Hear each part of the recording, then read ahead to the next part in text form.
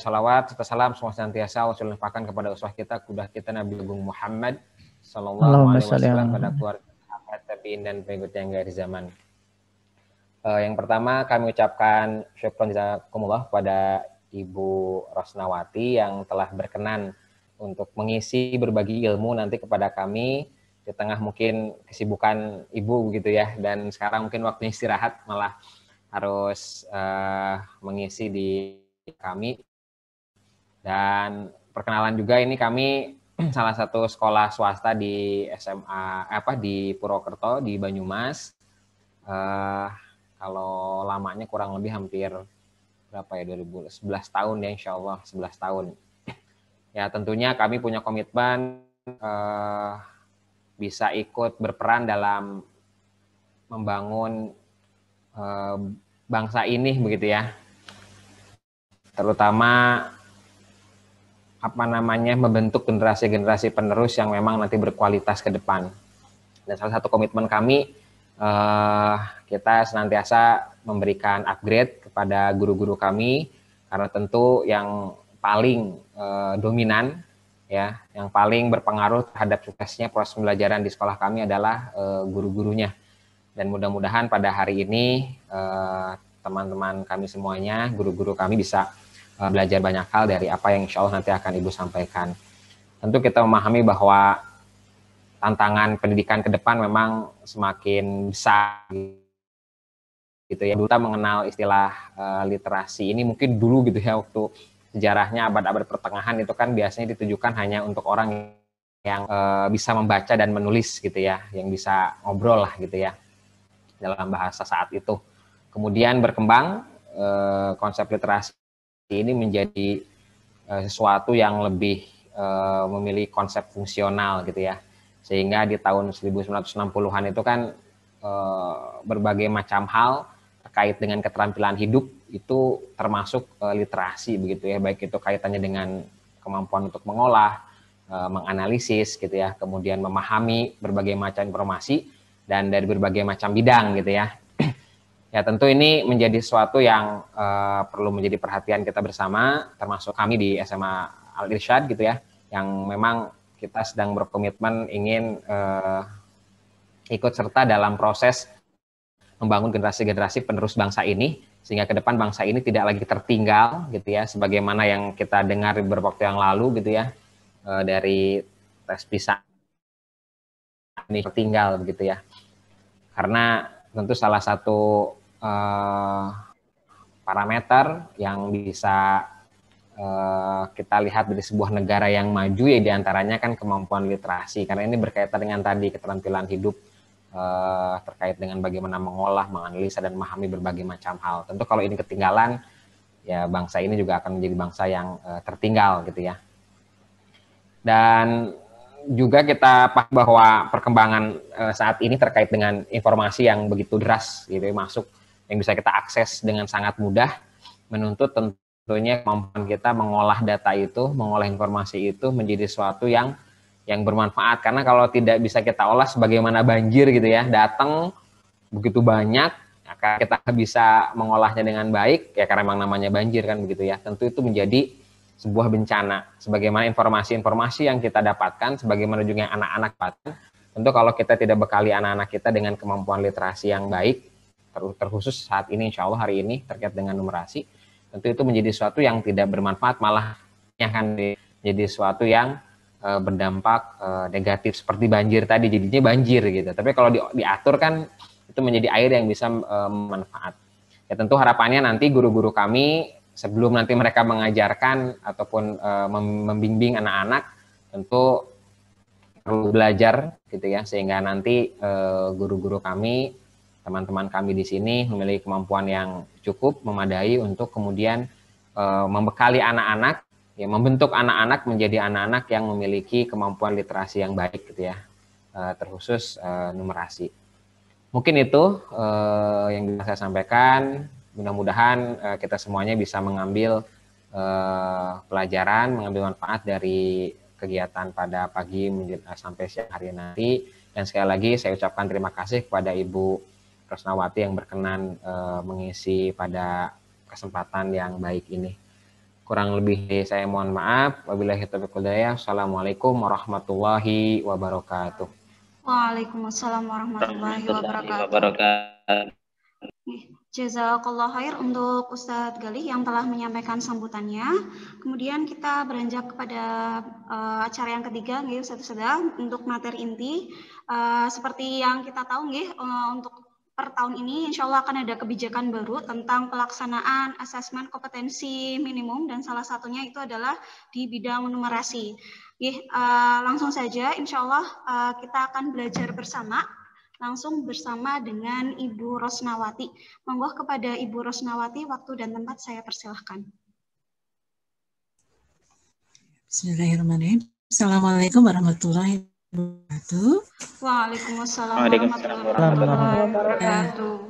Yang terhormat Bapak Kepala Sekolah SMA IT ya, dan boarding school, kemudian Bapak Ibu manajemen, serta Bapak Ibu guru sekalian. Terima kasih atas kesempatannya. Saya di diskusi hanya mungkin tadi saya awali perkenalan ini dengan undangan yang diterima oleh saya terkait dengan materi yang akan disampaikan adalah framework PISA dan AKM ya. Jadi mungkin saya tambahi dengan framework PISA, saya awali dengan seperti itu, baru dengan AKM. Gitu ya. Mohon izin untuk share screen ya, Bapak Ibu. Ya, saya awali dengan apa itu PISA karena permohonannya atau undangan ke saya terkait dengan pertama ya apa itu PISA, nanti kaitannya dengan AKM.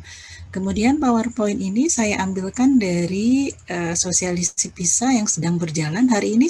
Sebetulnya di Jawa di Tegal ya ada sosialisasi dan sosialisasi terkait dengan PISA untuk beberapa sekolah gitu ya, khusus untuk yang bahasa Indonesia cuma. Ya. Ini dari Pusmenjar saya ambil karena saya terlibat di sana juga. Baik, saya ambil videonya langsung ya dari Pusmenjar biar nanti Bapak Ibu memiliki pemahaman yang sama secara nasional apa itu PISA. Ya, itu ya Bapak Ibu ya terkait dengan apa itu PISA gitu. Jadi video sudah di Litbang, di Bapak Ibu bisa mengakses di websitenya Puspenjar terkait dengan PISA. AKM nanti saya sampaikan juga, saya ambil langsung dari Puspenjar terkait dengan PISA dan AKM ya. Nah, jadi apa itu PISA? PISA adalah studi internasional di bidang pendidikan yang diselenggarakan oleh OECD, yaitu Organisasi Internasional Bidang Kerjasama dan Pembangunan Ekonomi. Kemudian PISA bertujuan untuk mendorong negara-negara saling belajar satu sama lain mengenai sistem pendidikan sehingga mampu membangun sistem persekolahan yang lebih baik dan inklusif secara efektif ya. Jadi tidak semata-mata untuk melihat ranking tadi sudah dikatakan. Kemudian Indonesia terus-menerus mengikuti program ini dan memanfaatkannya untuk pemetaan data ya dan pemetaan tentang kualitas pendidikan atau kualitas pembelajaran. Kita lihat manfaat dari PISA mendapatkan data perkembangan pendidikan secara akurat, kemudian membandingkan capaian kompetensi kecakapan hidup siswa. Jadi tidak hanya terkait dengan pengetahuan, tetapi kecakapan hidup ya. Kemudian dan capaiannya ini tidak hanya di dalam negeri, tetapi kita bisa membandingkan dengan standar internasional. Jadi logikanya kalau kita punya putra-putri gitu, punya anak sendiri di rumah, kita mungkin merasa bahwa anak kita paling bagus, paling pintar, tapi kita coba benchmark atau kita coba membandingkan dengan di luar seperti apa gitu ya. Tapi membandingkannya dengan standar tertentu tentunya. Kemudian saling berbagi pengalaman serta praktik baik tentang sistem pendidikan dengan negara-negara peserta PISA lainnya. Katakanlah misalnya di Indonesia mungkin sekarang tidak ada ujian nasional ya, itu juga menjadi menjadi salah satu data ya. Ada beberapa di peserta PISA yang secara nasional, yang menyelenggarakan ujian secara nasional, ada juga yang tidak. Kita akan melihat itu sebetulnya. Kemudian mengetahui suatu sistem pendidikan sehingga dapat dilakukan perbaikan secara efektif. Ini manfaat PISA. Jadi tidak hanya sekedar kita melihat posisi siswa-siswa Indonesia di posisi dengan negara lain ya, kemampuan anak-anak Indonesia dengan negara lain, tapi kita juga bisa memanfaatkan kemudian mengambil sisi baiknya ya dari manfaat PISA. Kemudian ada 79 negara ya yang mengikuti PISA itu. Ini seharusnya untuk tahun depan akan diselenggarakan 2021 Indonesia fokus di matematika. Tetapi karena pandemi maka digeser ya. Jadi persiapannya sudah mulai dari sekarang. Buspenjar juga sudah gencar dan Bapak Ibu di sekolah kelihatannya juga sudah diminta untuk melakukan persiapan-persiapan terkait dengan pelaksanaan PISA. Tetapi ternyata digeser dari seharusnya 2022 ya. Kemudian bagaimana cara penilaian PISA? PISA ini tidak seluruhnya seluruh siswa Indonesia dikenai, tetapi berdasarkan sampel. Jadi untuk yang 2018 ada 400 sekolah dari seluruh Indonesia. Jadi betul-betul samplingnya dilakukan secara sahih. Jadi kalaupun samplingnya keluar di Papua, itu akan diambil dari Papua, meskipun satu siswa misalnya gitu ya. Kemudian di pelosok-pelosok akan diambil. Kenapa tidak diambil dari negara-negara kota-kota besar aja? Langsung dari Prancis gitu, sehingga betul-betul representatif dan acak ya. Kemudian siapa pesertanya? Dia itu adalah siswa yang usianya 15 tahun. Siapapun siswa yang usianya 15 tahun, itu sebabnya bisa dikenai atau sangat mungkin siswa MTS, SMA, MA, dan SMK gitu ya.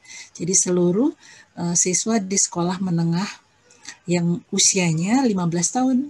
Jadi bukan kalau studi tim itu untuk kelas 8 SMP, tetapi kalau PISA itu usia 15 tahun gitu. Jadi sangat berbeda dengan studi internasional lainnya. Salah satunya adalah TIMSS ya.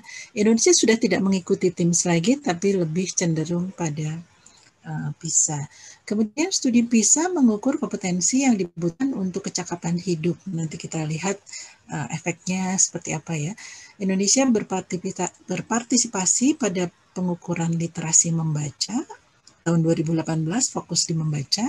Kemudian matematika tahun 2021.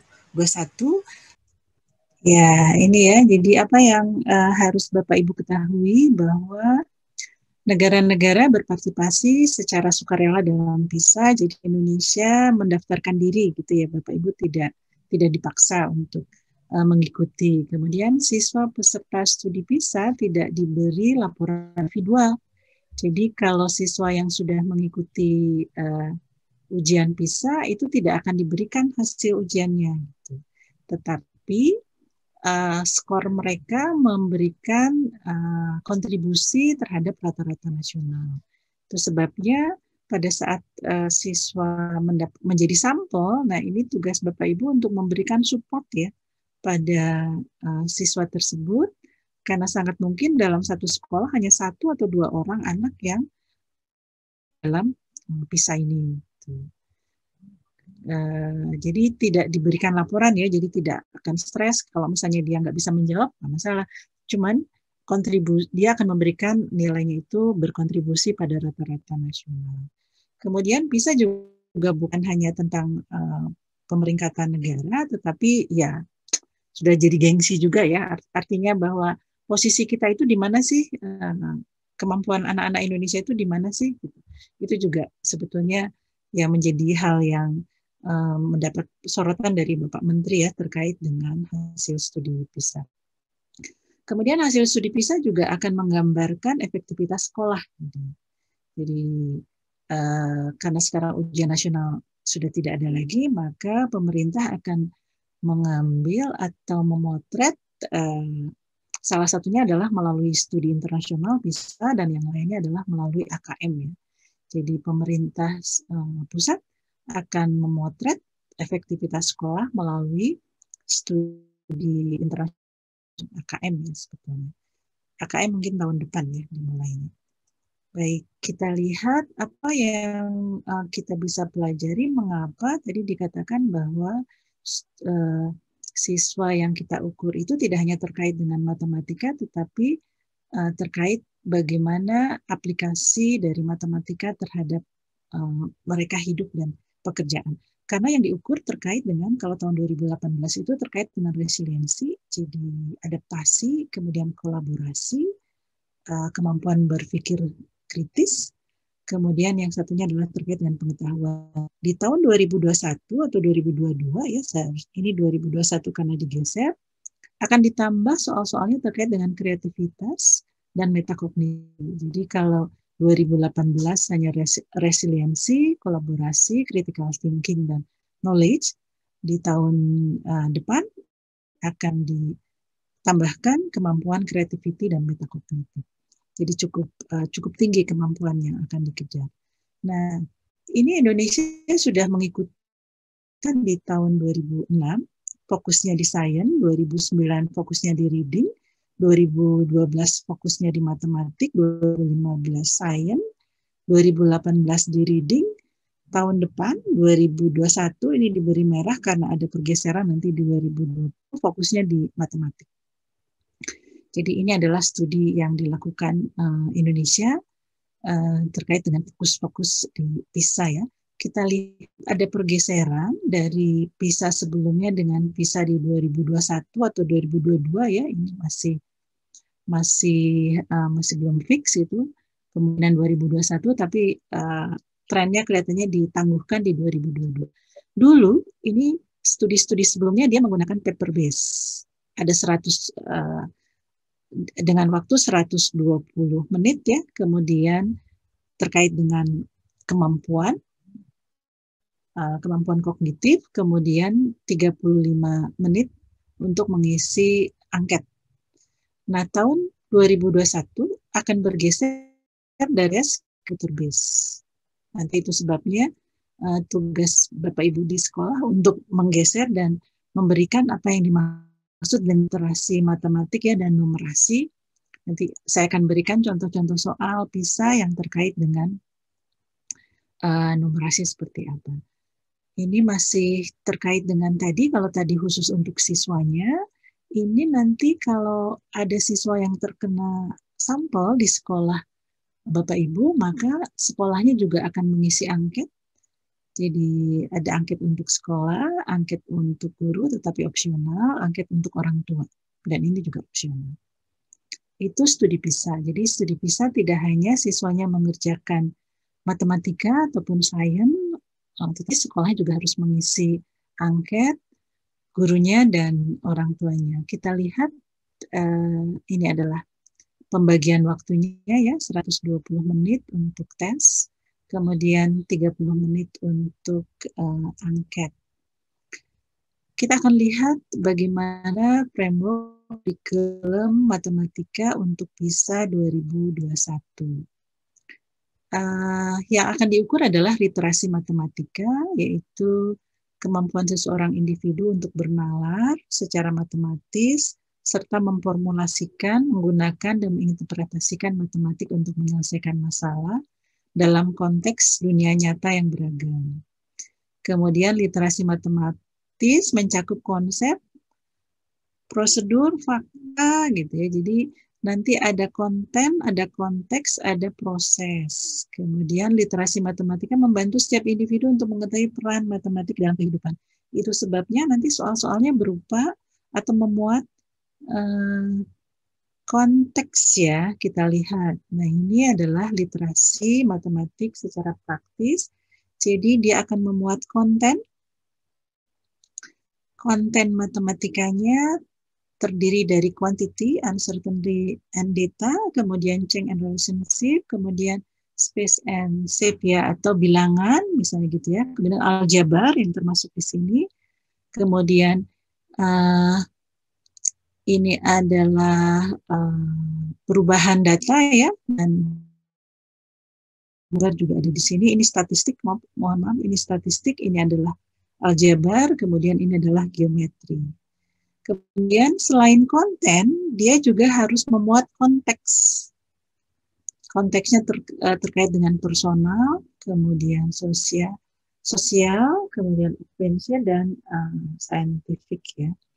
Jadi di pengukuran literasi matematik ada 3 aspek, konten, konteks, dan proses. Prosesnya terkait dengan formula, kemudian employ, interpret, atau evaluasi. Gitu ya. Jadi 3 komponen ini yang harus Bapak Ibu latihkan di sekolah. Itu yang dimaksud dengan literasi matematika.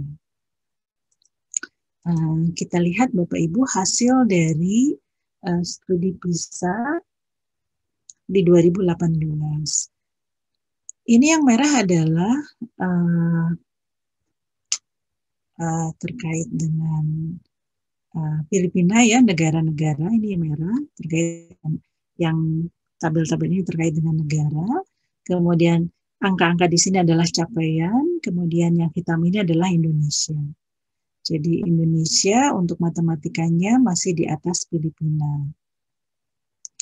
Kemudian masih di bawah Thailand ya, kemudian Darussalam di bawah Malaysia, dan sebenarnya di bawah Singapura, jauh banget ya di bawah Singapura. Jadi kalau di Asia, di ASEAN, Singapura itu paling tinggi ya. Tapi kalau di upper sample, jadi diambil 2 kota, ini Puspendik atau Puspenjar mengambil 2 kota, kotanya adalah DKI Jakarta dan Jogja. Untuk 2 kota ini dia masih unggul di atas Brunei Darussalam. Jadi yang untuk membacanya masih di atas Brunei Darussalam, kemudian untuk yang matematikanya masih di atas Thailand, khusus untuk Yogyakarta. Jakarta aja masih kalah, jadi Yogyakarta di atas Thailand ya. Kemudian yang sains ini untuk yang Yogyakarta masih di atas Brunei Darussalam. Jadi kalau secara nasional yang hitam ini adalah kemampuan Indonesia, tetapi kalau diambil 2 peta kota ini di atas rata-rata nasional dan di atas rata-rata negara-negara yang sebetulnya ya secara nasional ya di atas Indonesia. Nah, ini menunjukkan bahwa adanya disparitas mutu ya, atau mutunya tidak sama untuk kota-kota yang ada di Indonesia. Buktinya diambil 2 kota dia bisa lebih tinggi, tetapi kalau di rata-ratakan secara nasional ini Indonesia masih cukup rendah. Kita lihat angka-angka ini maknanya seperti apa. Ini Bapak Ibu batas-batasnya. Jadi kita punya 6 level di studi PISA. Level yang paling tinggi adalah level 6, batasnya itu 669, padahal siswa kita cuma dapat matematiknya aja 400. 400 itu kalau dilihat itu di level 2. Jadi posisinya masih sangat di bawah ya. Jadi masih sangat bawah. Dan level 2 itu apa? Level 2 itu siswa dapat menafsirkan dan mengenali situasi dalam konteks yang hanya membutuhkan ulang langsung saja. Jadi informasi yang diberikan di STEM soalnya harus itu yang di level 2. Kalau disembunyikan sedikit, nah itu sudah naik ke level 3. Jadi anak-anak kita masih posisinya di level 2 untuk untuk beberapa kota. Tapi untuk yang ini aja sedikit ya Bapak Ibu, yang nilainya tadi di ini DKI dan Jogja yang masih 400, tadi 420-an, tetapi secara nasional itu masih di level 1. Jadi matematik aja masih di level 1. Itu kondisinya. Jadi, apa itu level 1? Level 1 itu baru bisa menjawab pertanyaan yang mencakup konteks biasa dengan informasi relevan yang semuanya tersedia. Jadi tidak harus mengolah yang ada di informasi, informasinya diambil, diinputkan ke rumus, selesai. Itu yang di level 1. Jadi betul-betul belum bisa menghubungkan satu dengan yang lainnya, apalagi informasi yang Untuk yang level 2, meskipun dia sudah bisa menjalankan algoritma, tetapi algoritmanya algoritma yang sederhana. Jadi tidak yang kompleks ya. Untuk level 6 algoritmanya sudah cukup kompleks. Itu yang kompetensi yang yang dimiliki oleh anak-anak Indonesia ya, dan itu di 2018. Mudah-mudahan nanti di 2021 atau 2022 anak-anak kita ikut, meskipun posisinya pandemi gitu, meskipun ada hasil studi, posisi pandemi ini terjadi defisit kompetensi untuk siswa. Mudah-mudahan tidak seperti itu harapannya, jadi tidak ada defisit kompetensi, sehingga kita bisa tetap bersaing secara internasional. Dan saya kira negara-negara lain juga sudah cukup sudah sangat berupaya untuk meningkatkan kompetensinya dan berusaha untuk masuk kelas secara offline ya Bapak Ibu. Dari betul pembelajaran secara online terjadi defisit kompetensi gitu ya. Jadi semuanya sedunia mengakui bahwa terjadi defisit kompetensi anak-anak seluruh dunia. Itu sebabnya terjadi penyederhanaan kurikulum mungkin ya. Jadi karena memang harapannya ya tetap kompetensinya meskipun minimal, tetapi kemampuan kompetensinya yang paling minimal, tetapi dia betul-betul menguasai sampai level yang tertinggi, harapannya seperti itu. Baik Bapak Ibu, kita coba lihat kalau ini mungkin tidak perlu. Ya, Bapak Ibu, itu terkait dengan PISA. Kemudian mungkin ada yang ingin didiskusikan dulu sebelum saya masuk ke AKM, Bapak Ibu.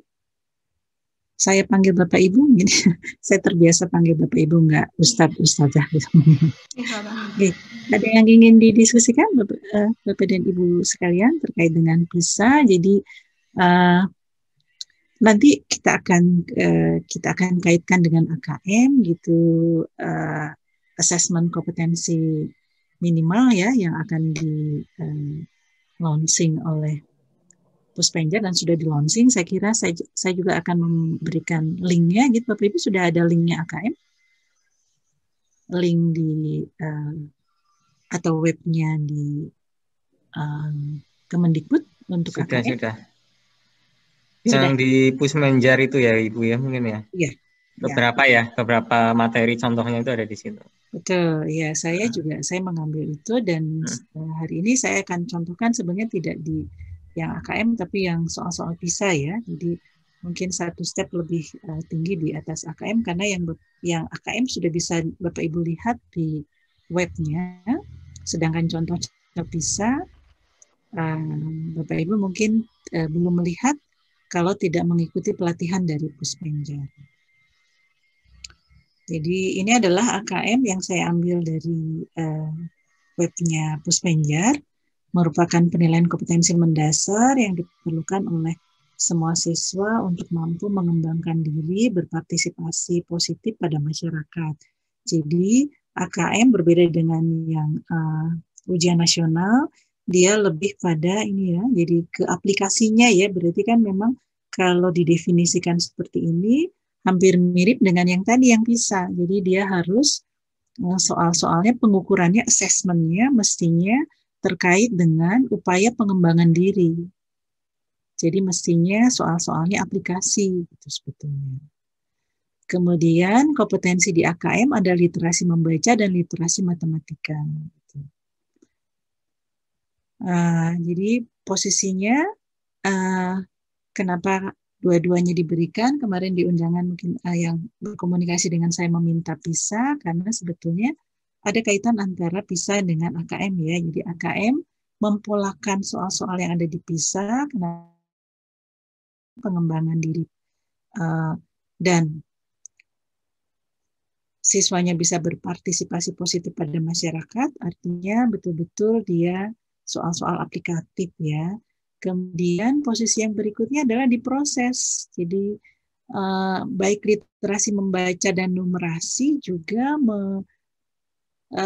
mengukur kemampuan, keterampilan memilah dan mengolah informasi. Jadi betul-betul soal-soalnya itu tidak berupa soal komputasi hanya hitungan gitu ya, tapi siswanya diajak untuk dapat memilih dan mengolah ya, memilah dan mengolah informasi. Artinya sudah Bapak Ibu bayangkan bahwa soalnya untuk asesmen kompetensi minimal ini mesti soal cerita gitu kan. Paling gampangnya kan gitu, soal cerita. Karena salah satu keterampilan yang dikejar adalah memilah dan mengolah informasi. Kemudian sama persis dengan yang ada di PISA, dia beragam konteks. Ya, jadi kalau tadi ada 3 aspek, konten, konteks, dan proses. Maka AKM juga kalau menurut saya mempolakan sama, jadi dia akan beragam konteks, meskipun konteksnya tidak tegas disebutkan konteksnya terkait dengan konteks apa saja. Jadi di sini harus beragam konteksnya, tidak misalnya konteksnya di kehidupan sosial atau pribadi anak aja tidak, tapi dia harus beragam. Jadi berbeda dengan yang di PISA sudah jelas-jelas ada 4 konteks yang terkait di sana, tetapi kalau di AKM hanya dikatakan dia harus beragam konteks. Jadi artinya bahwa dia harus memuat konteks, kalau konten jelas. Kalau konten jelas karena literasi matematik, kemudian dia akan konteks, kemudian dia juga mengukur terkait dengan proses karena harus memilah dan mengolah informasi. Di sini juga jelas-jelas disebutkan AKM dimaksud untuk mengukur kompetensi secara mendalam, tidak hanya sekedar konten. Jadi mesti ada konten, ada konten. Sama persis dengan studi atau assessment yang ada di PISA. Itu di AKM, saya kira. Kemudian kalau Bapak Ibu di SMA, ini saya ambil di Puspenjar, numerasi level pembelajaran 5, itu di Pulu, yang diukur geometri dan pengukuran aljabar, data, dan ketidakpastian. Jadi belum ada kalkulus ya Bapak Ibu, karena di PISA sendiri tidak ada kalkulus sebetulnya. Di kalkulus itu kan luasan ya Bapak Ibu, tetapi soal-soal terkait dengan luasan ada. Jadi kalau Bapak Ibu mau ngejar, oh ini nggak ada SMA itu kan identik mungkin harus dengan kalkulus. Ternyata karena kalkulus integral terkait dengan luasan sebetulnya sudah ada di sana, tetapi dibahasakan, dibunyikan tidak integral. Kemudian gimana dengan turunan? Tidak dibahasakan turunan, mungkin dibahasakan dengan gradien, ya, kemiringan. Jadi sebetulnya level SMA-nya itu sampai kalkulus, sampai cukup tinggi, tapi mendalam tadi, tetapi dibumikan ya bahasanya mungkin Bapak Ibu. Lalu dibumikan misalnya. Saya selalu ke mahasiswa saya mengatakan di TK itu sudah diajarkan samaan linier 2 variabel. Selalu kalau ke mahasiswa saya itu. Kenapa? Kalau didekati dengan konteks biasanya Bapak Ibu guru di TK selalu mengatakan, Ibu punya 10 permen. Ibu simpan di tangan kiri dan tangan kanan. Coba tebak. Kiri berapa, kanan berapa. Itu kan sebenarnya persamaan linear 2 variabel, titik-titik ditambah titik-titik sama dengan 10. Itu level SD. Naik ke SMP tidak dikatakan titik-titik ditambah titik-titik sama dengan 10, tetapi M ditambah N sama dengan 10. Karena biasanya kalau SMP alergi dengan X dan Y. Di SMA soalnya naik lagi, X ditambah Y sama dengan 10. Jadi soalnya itu juga sebetulnya. Dari TK yaitu persamaan linear 2 variabel, SD yaitu juga, SMP yaitu juga, SMA yaitu juga. Tetapi terkadang siswa jadi sulit membaca karena jadi silau gitu ya, dengan kok jadi gini ya bentuknya ya, X plus Y sama dengan 10. Sehingga kemampuan transfernya dia agak susah ya, ada sulit ya. Kemampuan transfer yang harus di TK itu sudah diberikan, SD sudah diberikan, SMP sudah diberikan, hilang begitu saja tidak berbekas, sehingga diberikan kasus X ditambah Y sama dengan 10, bingung. Padahal jelas-jelas solusinya tak berhingga misalnya gitu. Tapi karena tidak terbiasa, selalu solusinya itu harus sama, mungkin malah jadi sesuatu yang membingungkan siswa. Jadi meskipun geometri pengukuran aljabar data dan ketidakpastian, Bapak Ibu juga harus hati-hati karena yang dimaksud dengan data dan ketidakpastian seperti apa, geometri dan pengukuran seperti apa, aljabar seperti apa. Nanti kita lihat soal-soalnya. Kemudian, terus bagaimana caranya ke strategi pembelajarannya? Maka Bapak Ibu harus melibatkan atau pelibatan siswa dalam aktivitas pembelajaran. Jadi bisa dengan melibatkan siswa dalam eksplorasi, kemudian hand-on activity, dan seterusnya. Jadi jangan sampai pembelajarannya berpusat pada ini sudah. Sampai mana tadi? Ya, dari segi aktivitas ya Bapak Ibu harus melibatkan siswa ya, sehingga tadi yang saya contohkan, siswa bisa dengan mudah melakukan pengetahuan-pengetahuan yang sebelumnya bisa digunakan untuk menerjemahkan informasi sekompleks apapun gitu ya. Maksud saya, katakanlah di SD itu ada soal, biasanya kalau di siswa SD diminta mengambil daun oleh guru-gurunya, kemudian daunnya dibelah ya, dicetak gitu. Kemudian diminta untuk menghitung luasnya. Kalau di SMA itu kan luasan di bawah 2 kurva ya Bapak Ibu. Kan sudah cukup tinggi. Tetapi kalau di SD hanya kotak-kotak, siswanya tidak akan tergerak untuk mencari cara menghitung luasan dengan satuan luasan yang tidak biasa. Misalnya panjang-panjang gitu ya. Persegi panjang. Biasanya kan cuma persegi. Nah, gimana kalau persegi panjang? Persis seperti pada saat Bapak Ibu menjelaskan integral sebagai jumlahan Riemann gitu ya. Karena integral itu dipandang sebagai luasan gitu. Riemann. Jadi hal-hal yang sederhana si anak bisa melakukan transfer ke dalam soal yang lebih kompleks. Itu sebabnya Bapak Ibu mencoba untuk memperkaya intertwining, keterkaitan satu topik dengan topik yang lain. Di samping memperkaya konteks gitu ya. Jadi tidak hanya sekedar konteks tentang pribadi, tidak, tapi konteksnya tentang sosial, tentang pekerjaan, tentang sains gitu ya. Kalau dipisah ada empat konteks, 4 kelompok di konteks dikelompokkan menjadi 4, tetapi kalau di AKM tadi mengatakan beragam konteks. Sangat mungkin di Indonesia cukup beragam, mungkin sehingga lebih kaya di konteksnya. Dan Bapak Ibu juga jangan lupa konteksnya jangan hanya konteks di dalam negeri. Kenapa? Karena kita punya tugas pisah, konteks itu mendunia gitu ya. Jadi itu yang dikatakan beragam. Jadi sangat mungkin dia soalnya terkait dengan konteks yang ada di dunia. Ini adalah contoh soal Bapak Ibu. Jadi soal PISA itu dia ada 2 layar. Kalau berbasis komputer berbasis kertas, ada layar kiri dan ada layar kanan. Layar kanan, jadi layar kanan kalau Bapak Ibu berhadapan gitu, ini yang saya kasih mouse ini layar kanan terkait dengan konteks biasanya. Kemudian yang kiri ini terkait dengan konten materinya. Jadi soalnya ini masih sederhana, ini level 1. Jadi sudah diberikan definisinya, jadi nggak perlu belajar. Sebetulnya kalau siswanya nalar, cukup nalar itu dipisah itu sudah bisa ya mengerjakan. Jadi 8/4 ya sudah didefinisikan, 8-nya ada 4 kali gitu ya, 7/6 dia definisikan 7-nya ada 6 kali gitu. Tapi yang diminta bukan yang ini. Yang diminta siswa memberikan pernyataan betul atau salah dengan mengatakan the number 8 pangkat 16 adalah lebih 8 kali lebih besar dari 8 pangkat 15. Hanya itu saja yang jadi lebih memaknai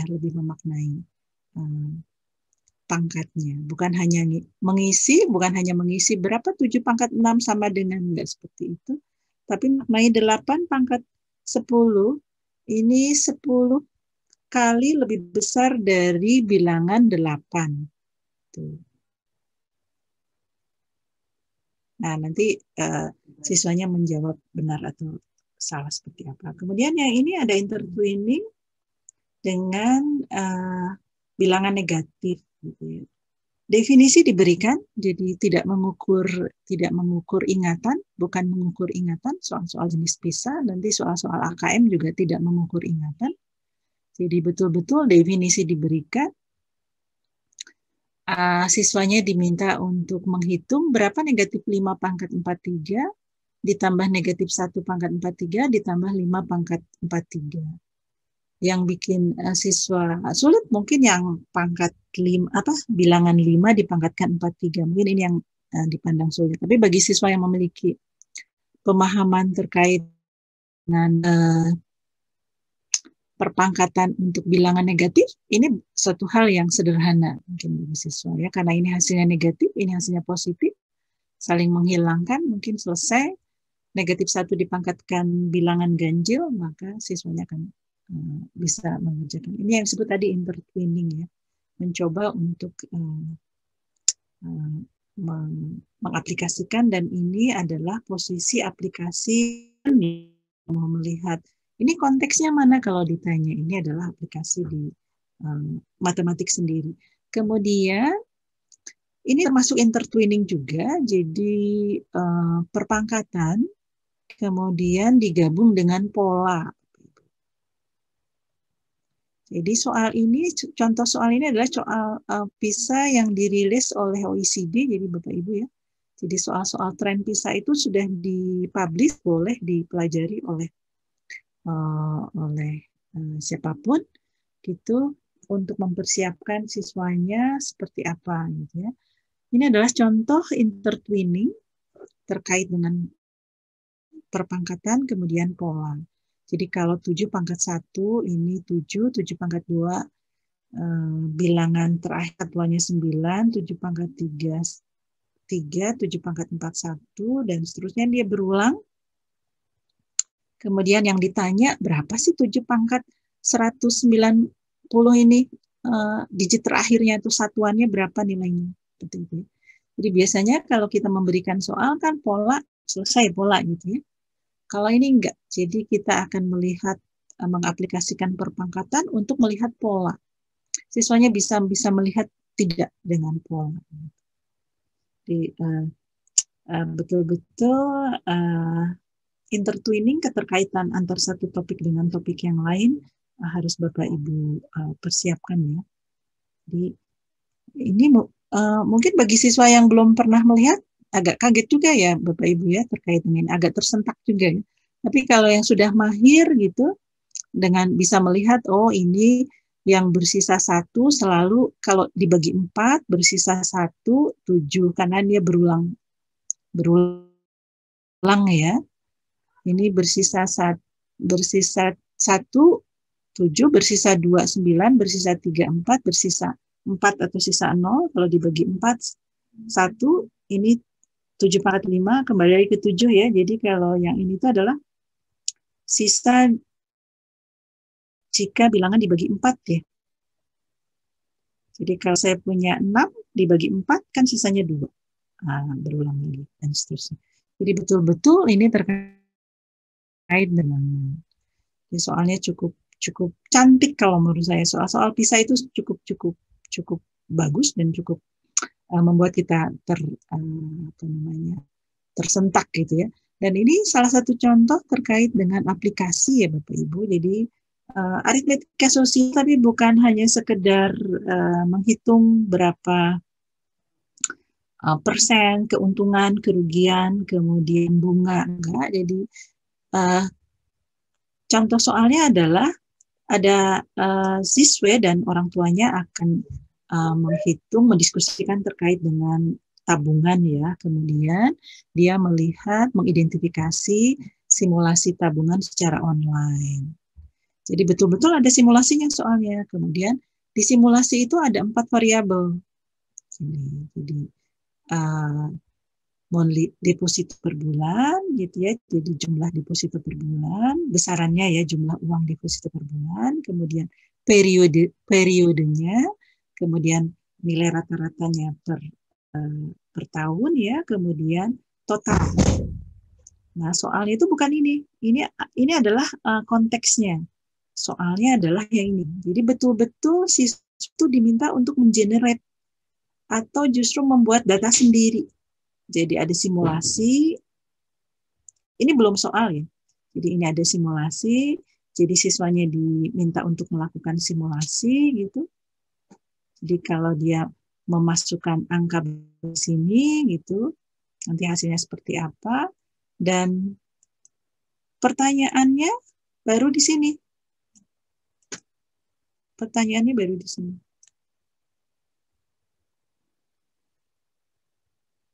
Jadi betul-betul yang pertama hanya yang level 1, kalau dia mendepositkan 60Z, kemudian periodenya 48, dengan rata-rata per tahunnya 4%, kemudian total savingnya berapa. Ini yang level 1.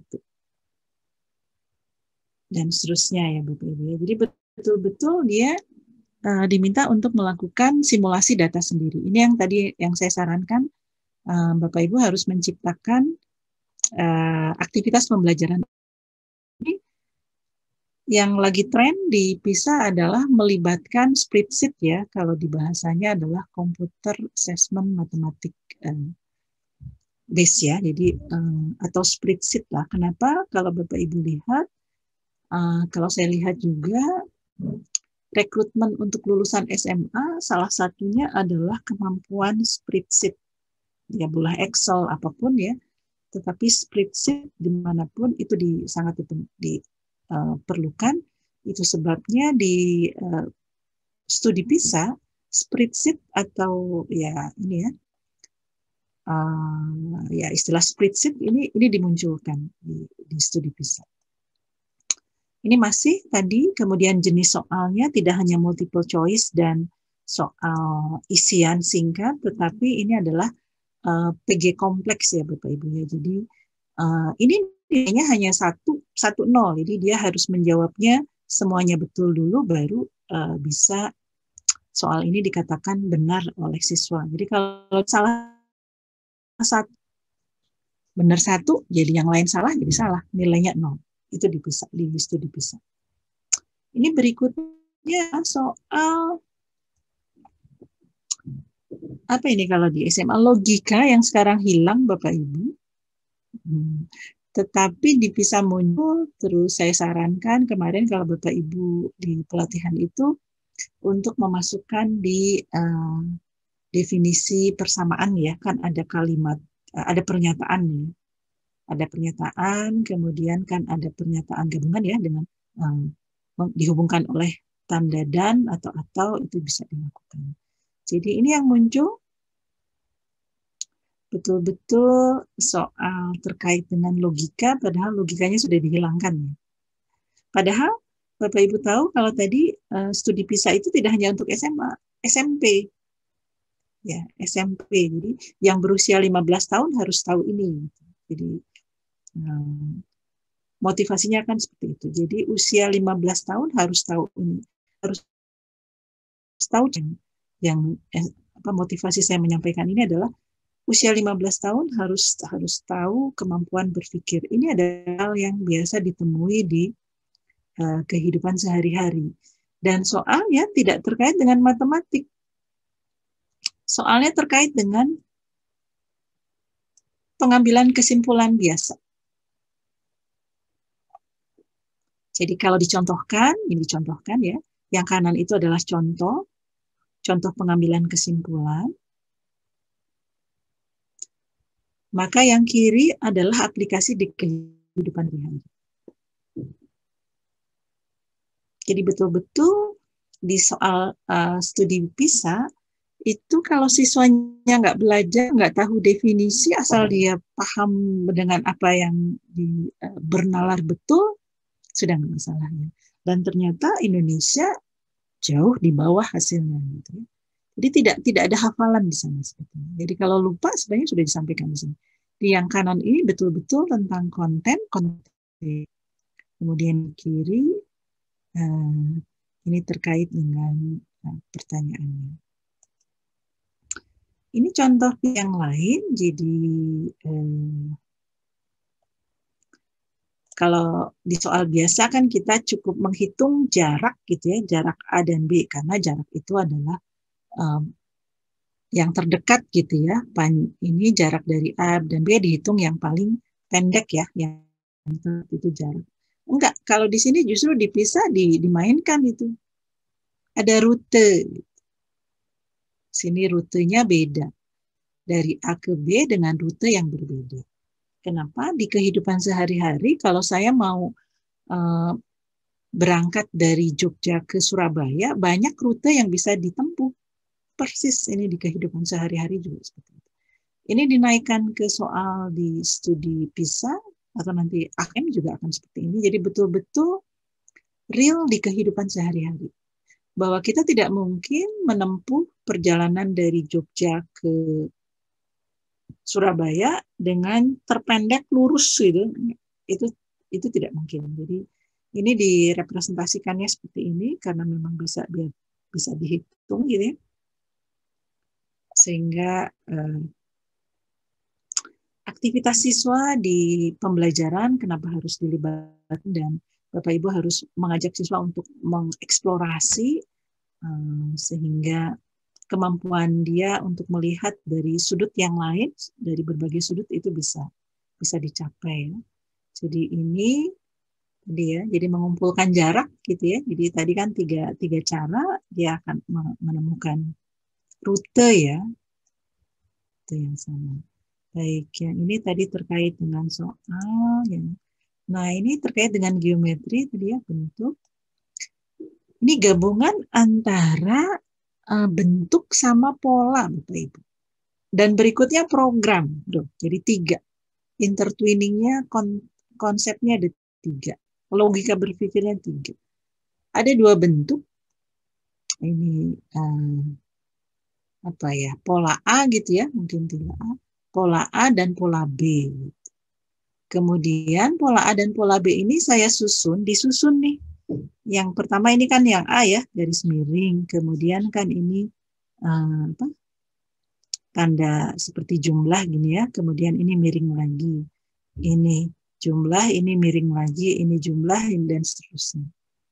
Jadi ditemukan pengubinan yang baru ya. Ini pengubinan kan kalau di SMP itu pengubinan. Tapi ini karena untuk semua level SMP dan SMA, ditambahkanlah ini logika program. Jika dan makan.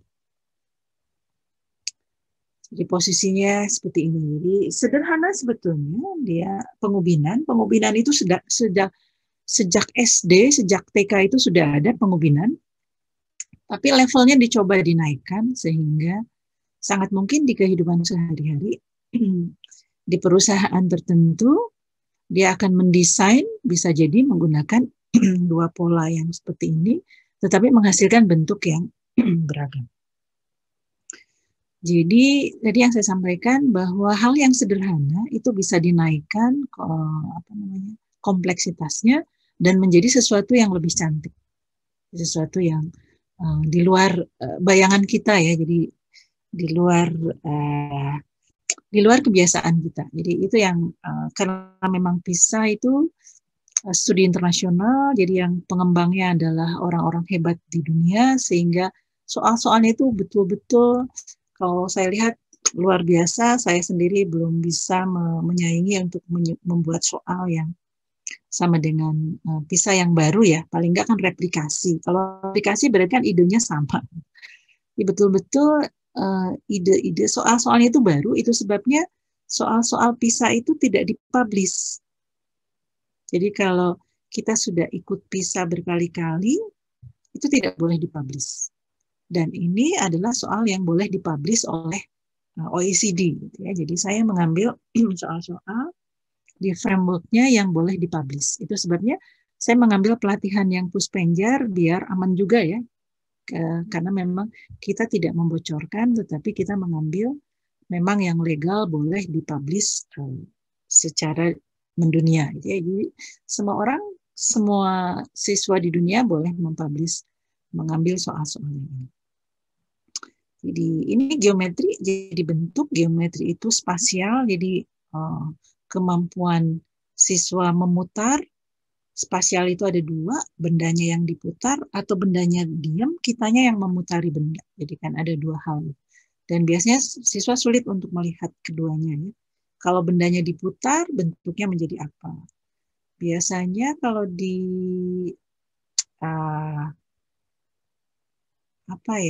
perspektif kita jelek ya. Kalau kita limas dilihat dari atas, dilihat dari samping, dilihat dari itu mungkin sulit ya. Kalau di SMA itu kalau kita mengajarkan volume benda putar untuk integral gitu ya. Jadi kalau diputar jadinya bentuk apa? Bentuk pelana, pelana kuda. Pelana kuda itu seperti apa? Mungkin sulit dibayangkan oleh siswa ya. Jadi betul-betul terkait dengan kemampuan spasial untuk yang geometri salah satunya. Ya, ini tadi yang saya maksud computer based assessment matematik atau diistilahkan atau istilah sehari-hari spreadsheet ya, kalau yang paling umum Excel gitu ya. Under window kan Excel, tapi kalau misalnya menggunakan yang lain kan bukan Excel. Jadi kalau dipisah diistilahkan CBAM, jadi computer based assessment matematik. Artinya apa Bapak Ibu? Bapak Ibu harus memperkenalkan atau memanfaatkan Excel sebetulnya untuk kemampuan literasi. Jadi ini adalah konteksnya. Ini konteks yang diminta itu adalah ini. Kolom D itu adalah proporsi penggunaan smartphone. Terus harus gimana proporsinya? Apakah kolom B dibagi kolom C? Ini jawab opsinya ya. Apakah B ditambah C dibagi C? Apakah C dibagi B? Apakah B dibagi dengan B plus C? Ini opsinya. Jadi siswa hanya diminta untuk mengisi kolom ini, kolom D, dan isinya adalah proporsi penggunaan smartphone. Jadi saya titipkan Bapak Ibu untuk penggunaan Excel ya dalam matematika. Jadi kalau di luar negeri mungkin betul-betul komputer itu sudah masuk kelas karena memang komputer dan kalkulator itu digunakan untuk eksplorasi, bukan untuk hanya menghitung enggak, tetapi betul-betul digunakan untuk eksplorasi. Jadi kalau Bapak Ibu guru matematik jangan memberikan soal-soal hitungan karena nanti sama siswanya difoto pakai Photomat sudah kenal. Photomat itu dia bisa Bapak Ibu download di Google Play Store ya. Itu nanti kalau saya tuliskan integral dari x kuadrat dx dia menghitung sendiri. Jadi kalau bayangkan kalau Bapak Ibu memberikan soalnya integral sesulit apapun tinggal difoto, diserahkan hasilnya. Dan ada proses pengerjaan. Jadi memang akan bergeser ke sana ya. Jadi apalagi dalam pandemi seperti ini, kalau Bapak Ibu memberikan soal ke siswanya sebanyak-banyaknya tetapi hanya komputasi, maka dia akan meminta bantuan software untuk menyelesaikan masalah. Jadi cepat banget. Jadi kalau Bapak Ibu ngasih 100, dia bisa kerjakan dalam waktu 15 menit juga. Selesai kalau menggunakan software. Kalau soal-soalnya berbentuk hitungan biasa ya, tidak terkait dengan bernalar atau mengolah. Ini tadi kemudian soalnya di samping soal multiple choice yang biasa, PG, ini PG biasa, jadi harus memilih salah satu yang benar. Tetapi Bapak Ibu juga memperkenalkan ke siswanya PG kompleks. Nanti di literasi AKM, Bapak Ibu bisa masuk ke webnya yang AKM, bentuk soalnya juga begitu. Ada yang essay, ada yang bentuknya multiple choice, PG biasa, ada yang berbentuk PG kompleks. Ini contoh PG kompleks. Jadi, nah PG kompleks ini nilainya sama dengan PG biasa, jadi 1-0. Kalau siswanya bisa menjawab 2 atau 3, 1 salah, salah juga. Itu ya, masih diperdebatkan di Puspenjar ya, jadi bobot untuk PG kompleks. Ya, saya kira itu saja mungkin dari saya terkait dengan PISA dan AKM. Jadi Bapak Ibu bisa masuk kalau AKM itu di link yang ini. Saya kira tadi salah satu teman Bapak Ibu sudah bisa masuk. Ini ya Bapak Ibu ya, sudah kelihatan. Ini adalah Puspenjar Kemendikbud. Jadi Bapak Ibu bisa masuk ke sini, masuk ke bagian AKM. Kemudian Bapak Ibu bisa klik di numerasi. Kemudian Bapak Ibu cek untuk kelas berapa yang Bapak Ibu inginkan. Katakanlah kelas 10, tadi saya ambil kelas 10. Kemudian Puspenjar mengatakan kelas 10 itu adalah pelajaran 345 gitu ya. Kemudian Bapak Ibu klik salah satu contohnya di sini.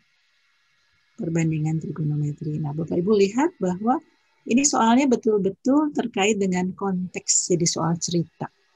Jadi, polanya sama dengan yang PISA tadi, ada konteks, ini terkait dengan konteks. Konteksnya apa? Konteksnya adalah jembatan. Kemudian diperkenalkan juga, ini jenis jembatan, tipenya apa? Tipe Pratt, tipe Howe, tipe Warren. Jadi memotivasi siswa juga kalau ini masuk teknik sipil kali ya. Jadi ini adalah memperkenalkan cerita tentang jembatan. Bayangkan Bapak Ibu biasanya soal matematik langsung disuruh mengerjakan, dia harus melalui ini dulu, melalui cerita dulu. Ya, itu literasi ya. Jadi Bapak Ibu membiasakan siswanya untuk soal itu satu soal satu halaman kali ya. Ceritanya banyak gitu. Kemudian baru tuh. Padahal soalnya sederhana yang pertama. Ini yang pertama.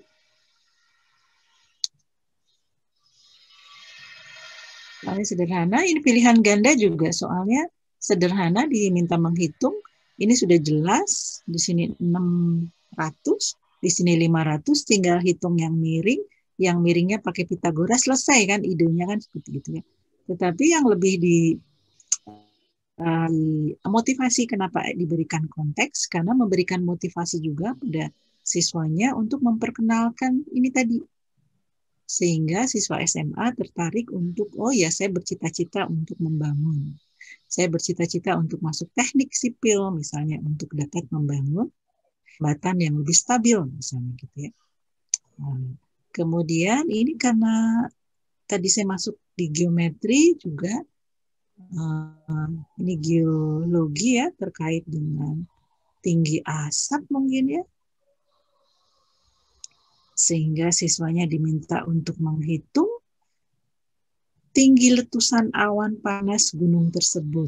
Jadi betul-betul tidak langsung, biasanya kan kalau matematik ada segitiga gitu, nanti ditempelkan di konteks yang apa. Sudah seperti itu ini yang AKM. Jadi betul-betul soal cerita semua ya Bapak Ibu. Jadi memang mempolakan dipisah. Dia memuat konteks, konten, dan proses. Jadi semakin sesuatu ada yang hilang ya Bapak Ibu informasinya, Bapak Ibu bisa yang cermati yang atas, semuanya informasi ada di sini. Nomor 1 dulu mungkin ya.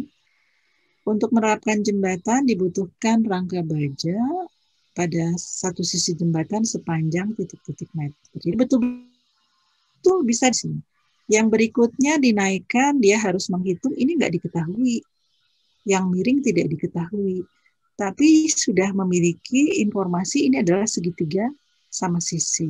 Jadi kan disimpulkan dulu, siswa harus menyimpulkan segitiga sama sisi. Kenapa segitiga sama sisi? Karena ada tanda di sini. Jadi, naik satu step, siswanya harus menyimpulkan dulu segitiga sama sisi, baru kemudian bisa menghitung sisi yang lain.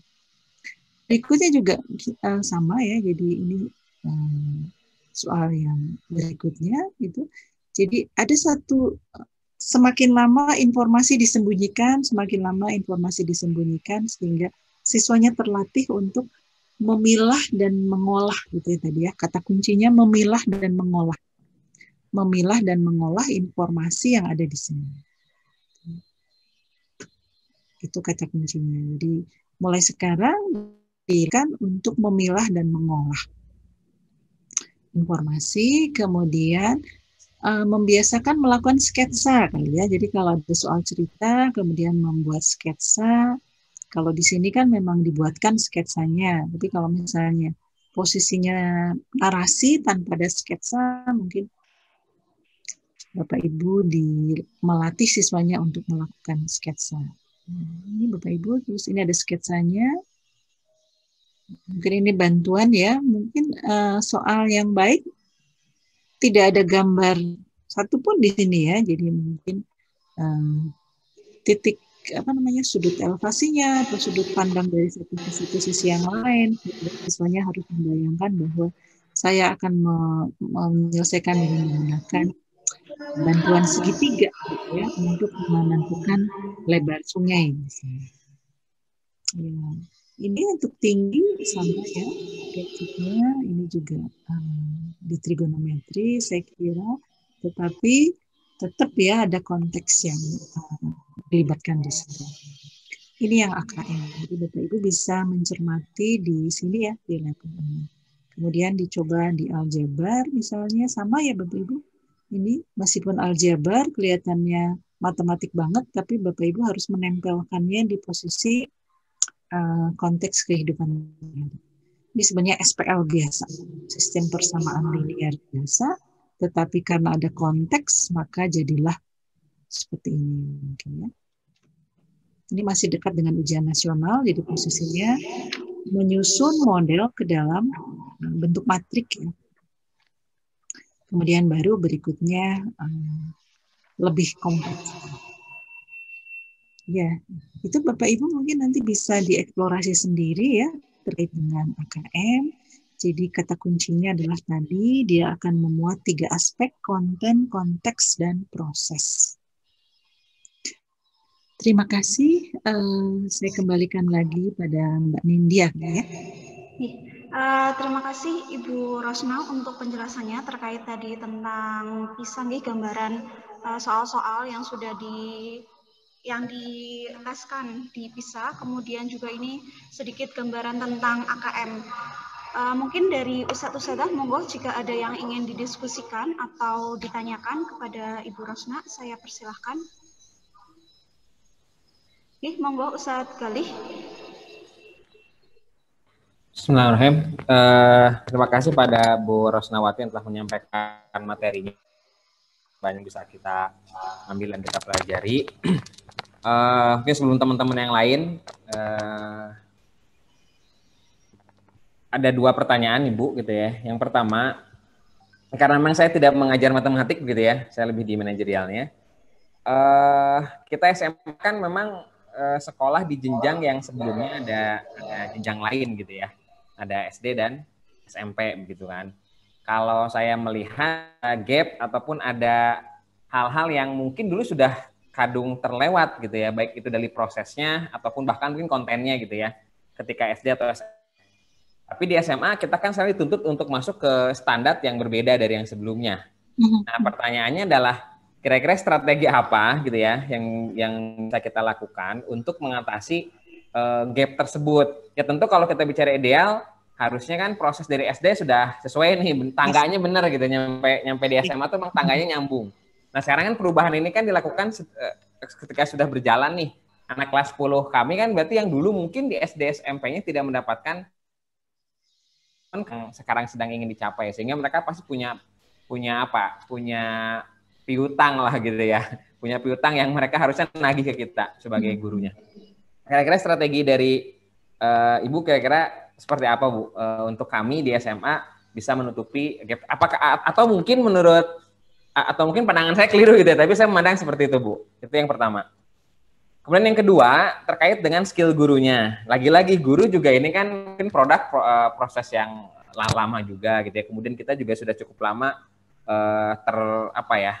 terbentuk dengan sudut pandang paradigma yang lama juga gitu ya. Kadang-kadang apatis juga. Nah, kira-kira skill apa yang menurut Ibu yang paling ini sangat-sangat sangat-sangat prioritas untuk di-upgrade gitu, untuk dipastikan semua guru itu punya gitu ya. Artinya tadi yang disampaikan itu kan, oke ini anak bakal begini. Pertanyaan saja kan adalah kira-kira guru agar bisa ngajar seperti itu, nah dalam konteks ini matematika nih gitu ya, itu kira-kira apa sih yang perlu kami, terutama kami kan di manajerial gitu ya, yang skill prioritas yang harus kami dahulukan, yang itu kayaknya cukup penting gitu untuk bisa kita menyikapi perubahan ini kan gitu. Itu mungkin Ibu dari saya, terima kasih. Baik, terima kasih Ustaz Gali.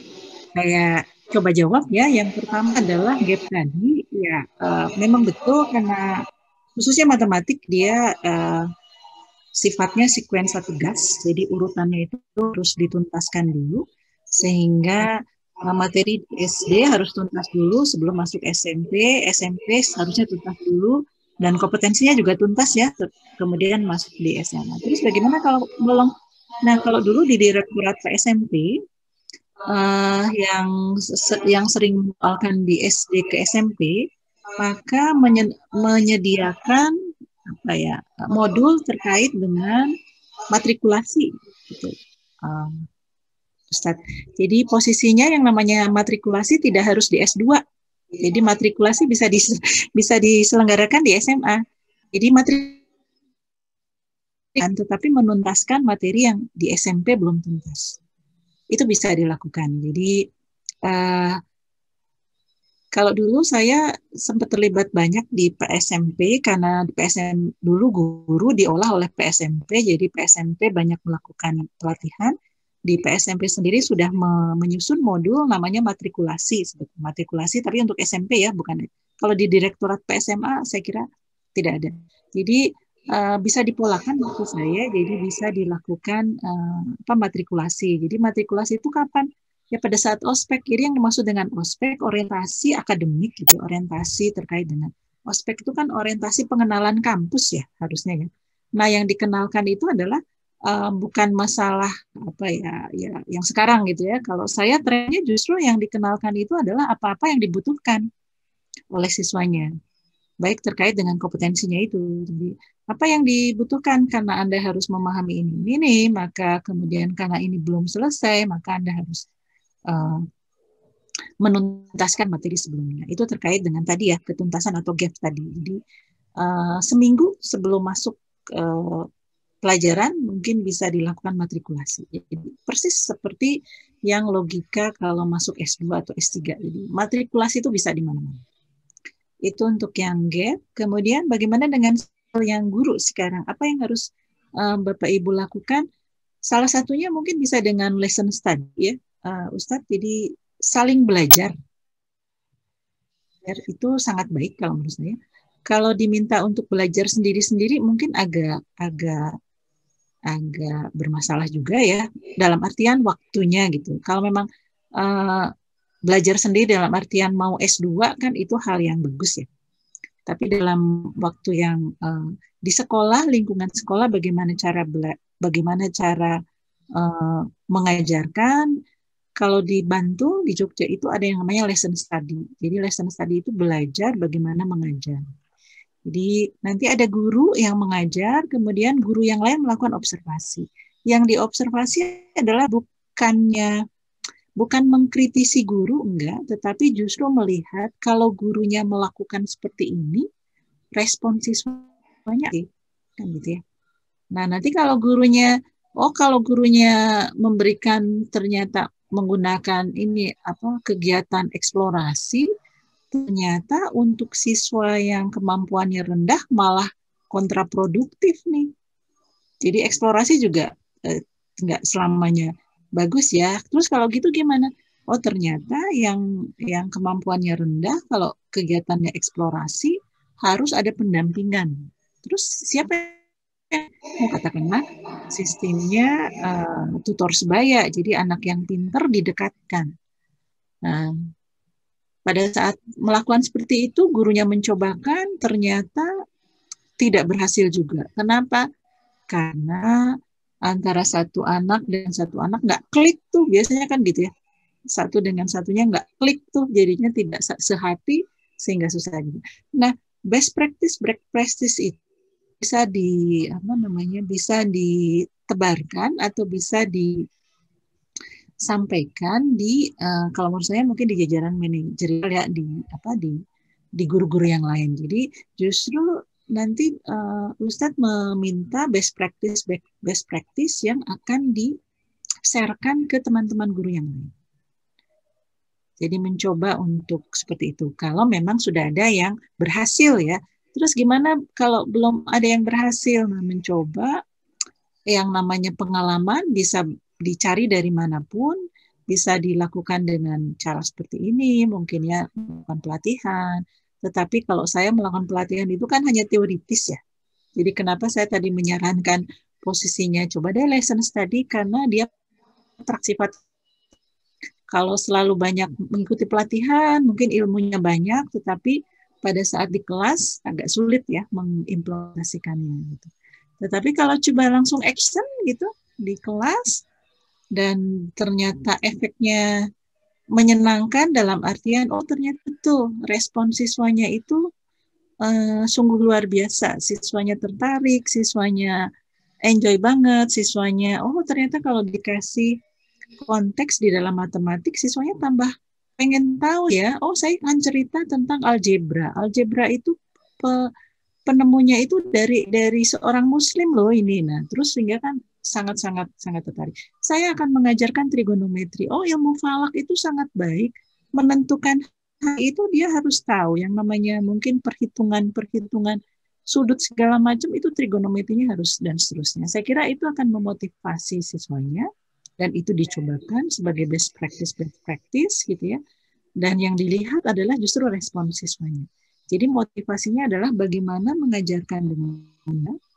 Apapun dilakukan oleh guru, saya kira guru akan selalu memberikan respon ya.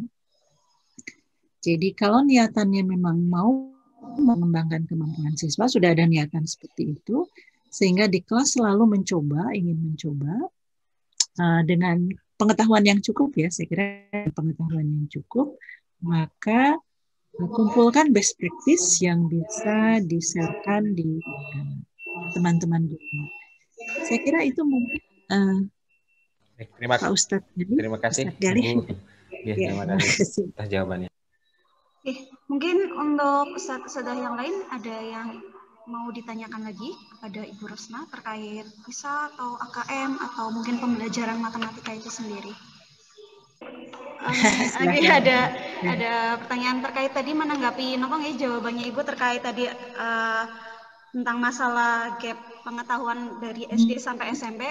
Alhamdulillah sih dari kami di pihak SMA Al-Irsyad sudah melakukan mencoba namanya matrikulasi di awal masuk tahun pembelajaran di kelas 10 seperti itu. Kurang lebih 1 bulan kan kami ada matrikulasi khusus. Salah satunya itu adalah matematika, Ibu, tentang materi-materi yang memang harus dikuasai siswa untuk dasar-dasarnya yang digunakan di pelajaran lain seperti fisika, kimia, dan sebagainya. Tapi memang mungkin ada beberapa yang tuntas, tapi masih ada yang belum tuntas seperti itu. Nah, pertanyaan saya mungkin bagaimana menghadapi yang mungkin siswa-siswa yang untuk pelaksanaan matrikulasi ternyata hasilnya masih belum tuntas untuk materi penguasaan dasarnya. Itu yang pertama, Ibu. Kemudian yang kedua, terkait tadi tentang AKM, kalau melihat dari situs AKM dan soal-soal yang dijabarkan, yang dicontohkan kan itu belum semua kompetensi dasar masuk ke situ. Nah, apakah Berarti apakah soal AKM itu sebenarnya tidak semua kompetensi dasar itu bisa dimasukkan ke dalam bentuk AKM seperti itu, Ibu? Mungkin 2 pertanyaan dari saya seperti itu. Ya, terima kasih. Saya coba jawab ya, Mbak Nindya ya.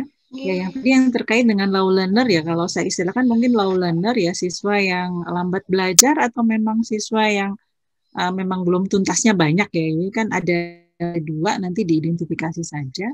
Apakah memang dia termasuk low learner, memang siswanya yang kemampuannya di bawah, ataukah dia siswa yang kurang beruntung karena dulu belum memperolehkan, beda ya. Yang low learner dengan yang kurang beruntung, mungkin kan beda. Jadi, saya kira kalau siswanya posisinya normal, artinya SMA itu kan sudah melalui 2 kali ya, 2 tahap ya, SD lulus, SMP lulus, artinya sudah disaring 2 kali. Jadi katakanlah memang sudah normal, tidak ada yang memiliki kebutuhan khusus ya. Kalaupun ada yang low learner mungkin hanya 1-2. Dan SMA-nya termasuk SMA inklusi nggak? Inklusi. Inklusi? Ya, kita inklusi. Inklusi ya. Oh, berarti ya memang ada yang low learner ya, atau yang kebutuhan khusus ya. Jadi memang kalau berhadapan dengan yang berkebutuhan khusus, ya harus diperlakukan khusus. Karena memang sudah menyatakan bahwa sekolah SMA IT ini ya inklusi ya, berarti memang ada pendampingan untuk yang berkebutuhan khusus. Jadi tadi yang Mbak dikatakan memang dia termasuk yang low learner, sehingga perlu perlakuan khusus, itu juga harus diidentifikasi yang tidak tuntas tadi.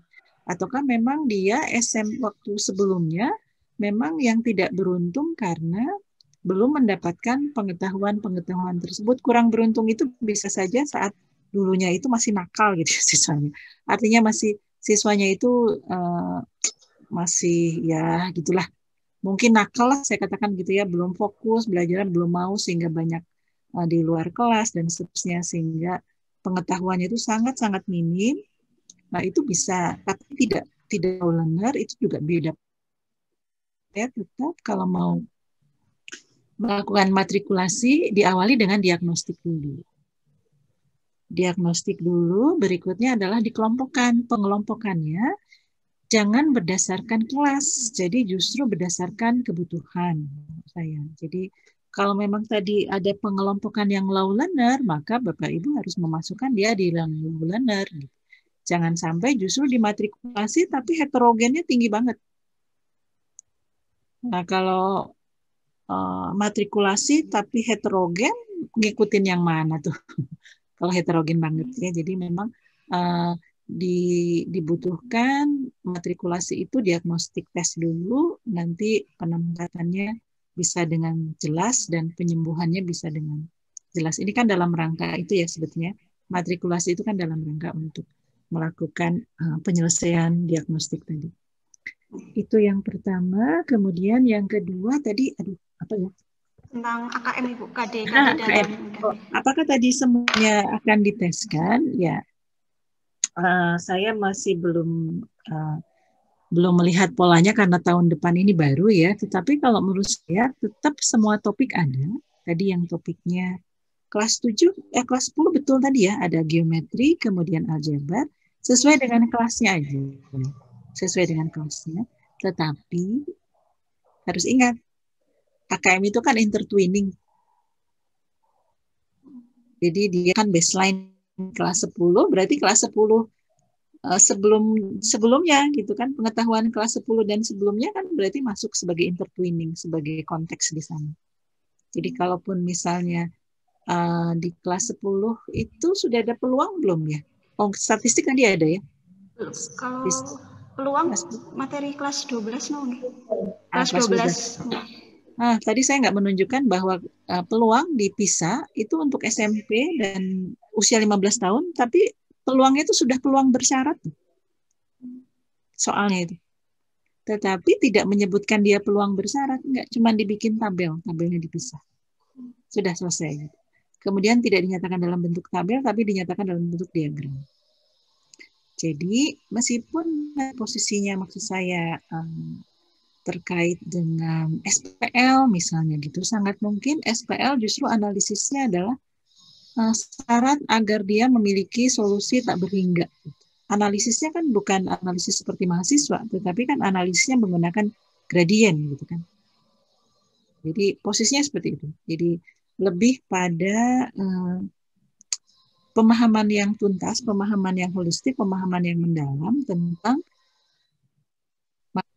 itu di AKM. Kenapa? Karena konteks-konteks tersebut akan di konteks itu kan nggak mungkin konsepnya sederhana ya. Mesti dia konsepnya kompleks dan memuat berbagai konsep. Jadi intertwiningnya sangat tinggi, keterkaitannya sangat tinggi. Jadi tidak mungkin satu cerita itu hanya bisa dicerna oleh siswa memandang kacamata dari geometri saja, enggak.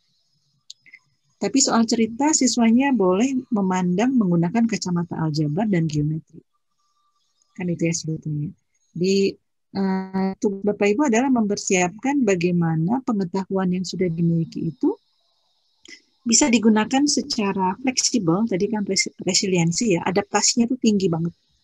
Jadi betul-betul dia bisa beradaptasi dengan cepat. Ya. Tadi persamaan linear dua variabel, dia bisa memahamkannya itu di konteksnya itu sangat-sangat mudah. Gitu. Padahal biasanya kalau siswa kita masalahnya sama, ganti konteks kan nggak bisa ya.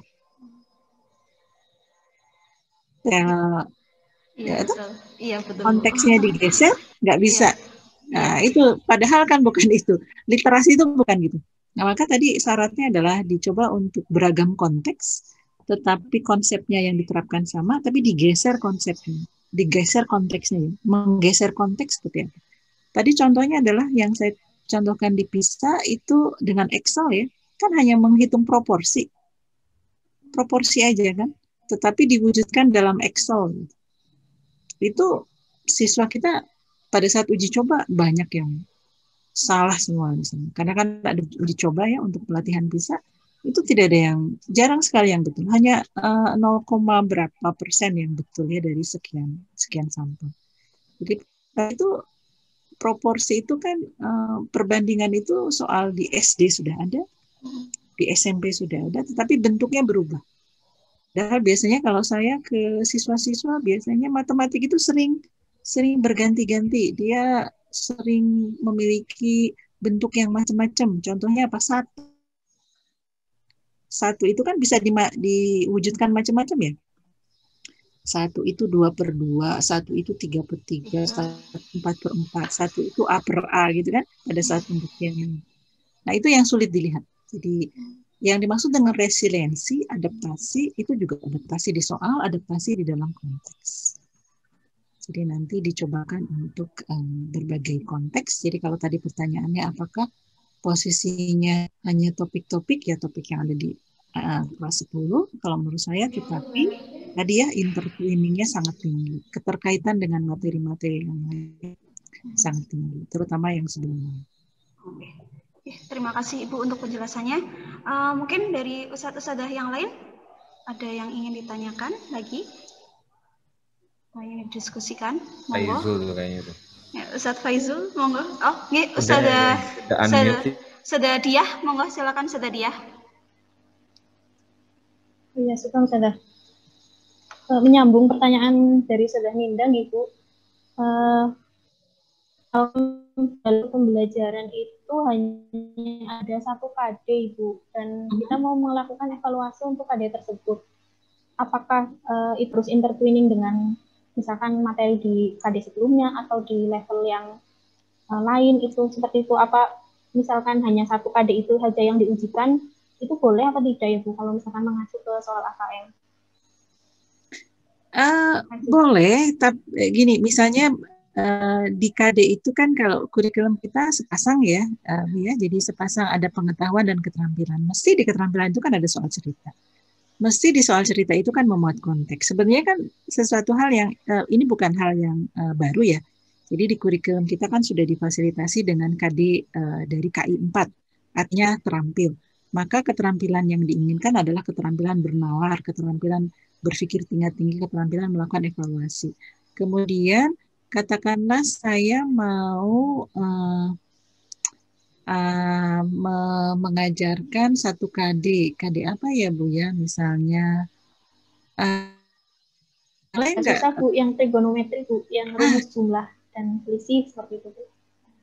Rumus jumlah, apakah boleh intertwiningnya dengan di topik yang lain? Paling enggak, Ibu bisa di soal ceritanya, paling digambar ya geometri ya Bu ya, karena kan posisinya kan terkait dengan sketsa gambar ya, sudut ya, jumlahan sudut ya. Paling mungkin gitu. Jadi sangat-sangat mungkin diciptakan intertwining, tapi dia sudah kenal ya. Tidak intertwiningnya yang belum dia kenal, tetapi yang sudah dia kenal.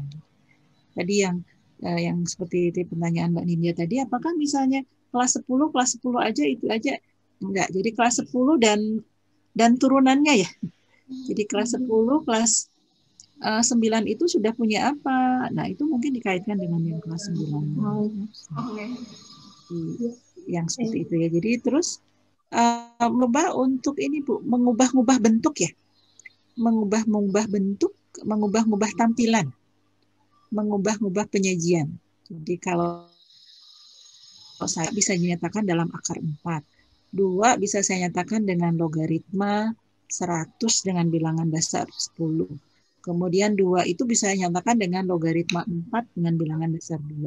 Jadi fleksibilitas, kemudian transfer itu untuk dikembangkan itu saya kira sangat baik. Terkait dengan tadi ya, kalau dipisah itu resiliensi, adaptasi, kalau di umum mungkin transfer ya. Tadi transfer, mau transfer tadi bentuk atau transfer konteks. Ya, saya kira itu. Terima kasih. Nanti dicoba dicari di konteks trigonometri ya Bu. Trigonometri konteksnya cukup tinggi soalnya. Biasanya dia masuk di sipil sama di arsitek. Ya, mungkin terima kasih Bu. Ada pertanyaan lain dari ustadz-ustadzah yang lain? Monggo dipersilakan. Saudara Vivin mungkin itu mau tanya.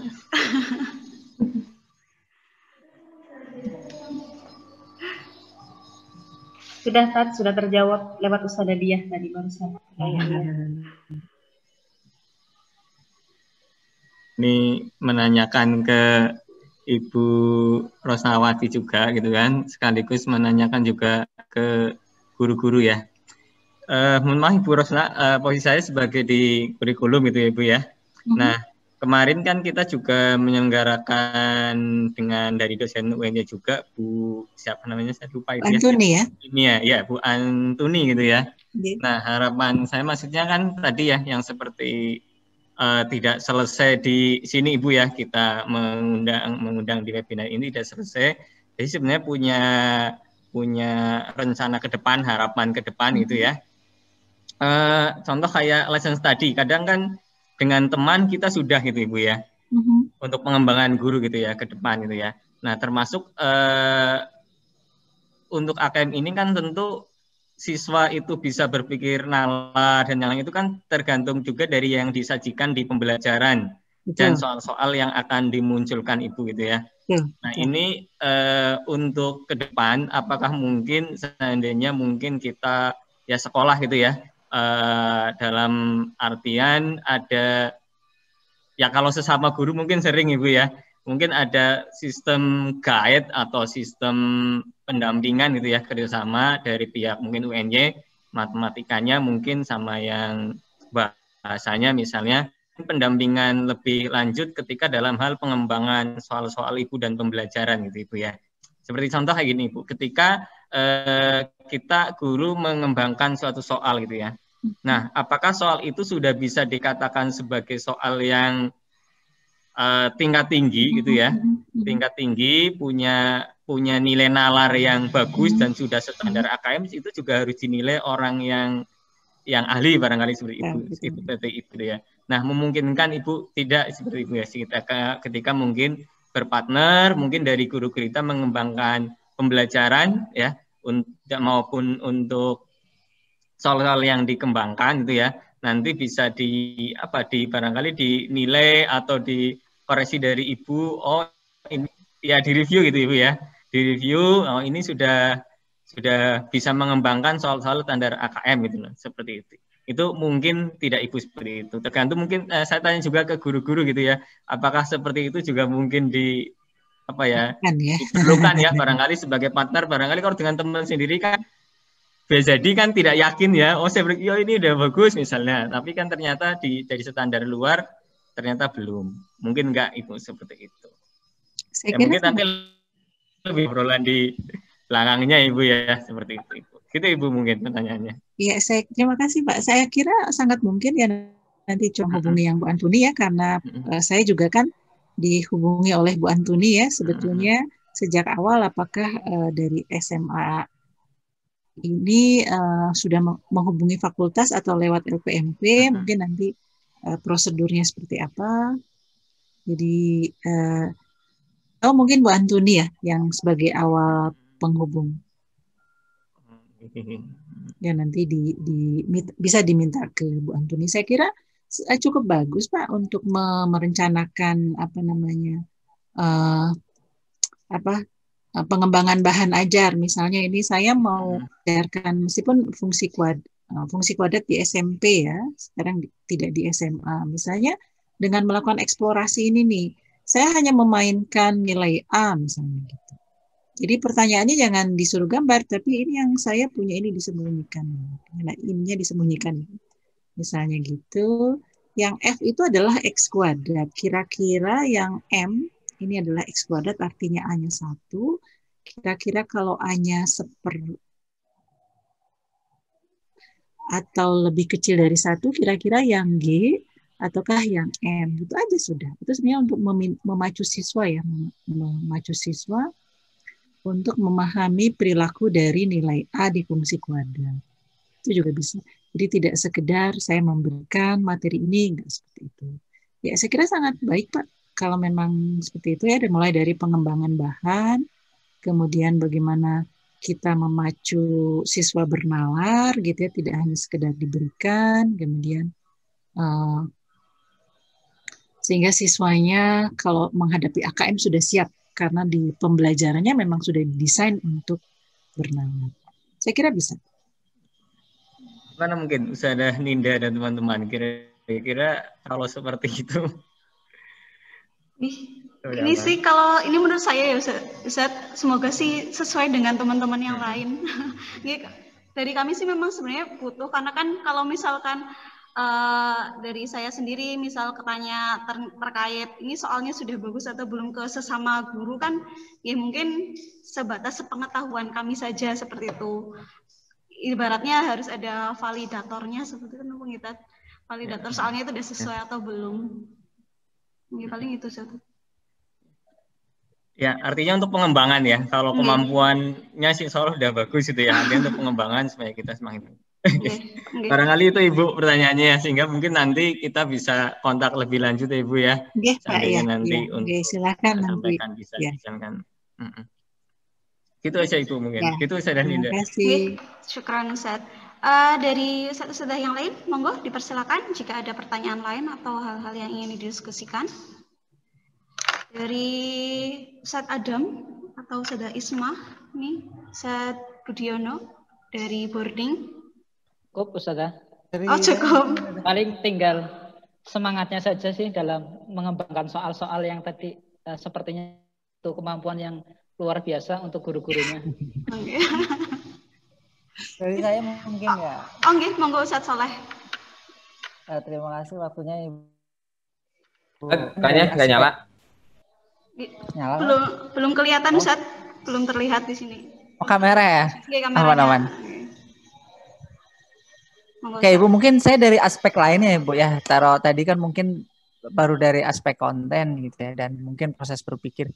Tapi saya lebih melihat kita problemnya tidak hanya sekedar mungkin tadi yang Ustadz Gali sampaikan, anak-anak kita itu problem gap dari segi kontennya sehingga mungkin bisa diselesaikan dengan namun ada beberapa hal mungkin yang perlu kita kembangkan di sekolah kita. Salah satunya mungkin tadi bisa didirikan dengan kita mungkin bekerja sama, tapi yang mungkin yang bisa kita lakukan sendiri apa ya Bu? Karena saya melihat, saya juga kemarin dalam proses pembuatan soal saya diskusi sama teman-teman guru matematika, termasuk yang paling pusing itu guru ini gimana caranya bikin soal kontekstual. Jadi saya melihat memang secara implisit ternyata problemnya lebih ke kultur ya Ibu ya.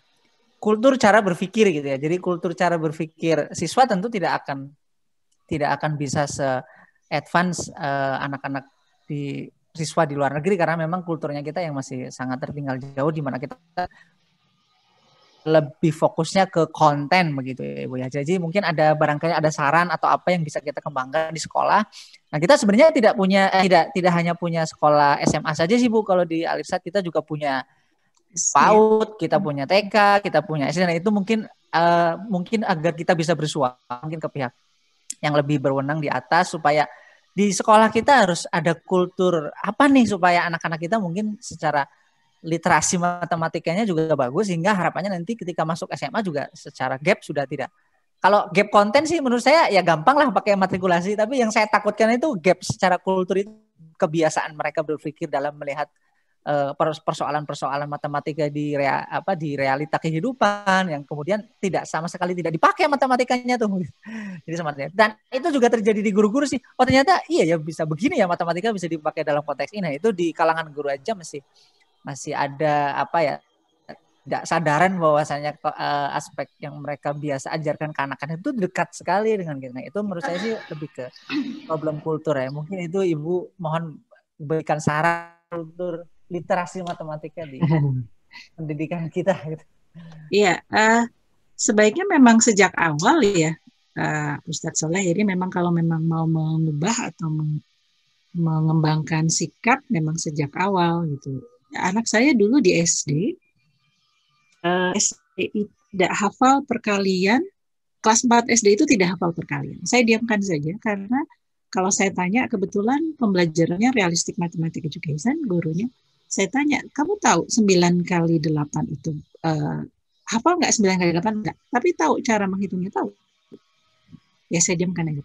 Jadi artinya bukan di kemampuan banyak mengingatnya, enggak, tetapi lebih ke cara menolehnya gitu. Itu yang harus dikejar gitu ya, tidak sekejar sejak awal mungkin, seawal mungkin. Jadi di TK sudah mulai ada statistik kemungkinan peluang hujan atau terang. Itu kan sebenarnya statistik ya, sudah mulai belajar statistik. Kemudian di TK misalnya menyusun diagram siapa yang suka pisang. Anak-anak diberi gambar pisang atau apa. Coba siapa yang suka pisang ditempelkan ke atas, itu statistik sebenarnya. Jadi sejak awal memang sudah harus diperkenalkan hal-hal yang memang itu matematis gitu sebetulnya. Dan tadi ya yang menciptakan kultur tadi. Jadi segala sesuatu bisa dilihat dari berbagai sudut. Saya mau mengajarkan di PAUD gitu, maunya bermain, oke bermain. Tetapi pada saat saya meminta siswa untuk siapa yang suka pisang, siapa yang suka nanas, dikasih gambarnya, coba tempelkan gitu. Yang suka pisang di yang kiri, yang suka nanas di yang kiri, siapa yang lebih banyak mana yang suka pisang apa suka nanas? Sudah mengajak ke menggambar sebenarnya, tapi menggambarnya pakai diagram batang ya, tapi pakai gambar, kemudian melihat bahwa dengan cara begitu mudah dilihat mana yang lebih suka dan seterusnya. Jadi memang dimulai dari hal-hal yang sederhana. Kemudian tadi kalau misalnya gimana caranya menciptakan pembelajaran yang seperti tadi, matematik bukan hal yang selalu dijawab dengan hal yang pasti. Artinya jawabannya harus tunggal. Enggak.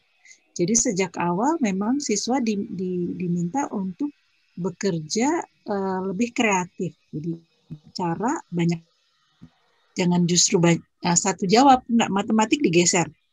Sekarang bukan tentukan luas persegi yang panjangnya 5, lebarnya 3. Enggak. Tetapi tentukan lebar dan panjang persegi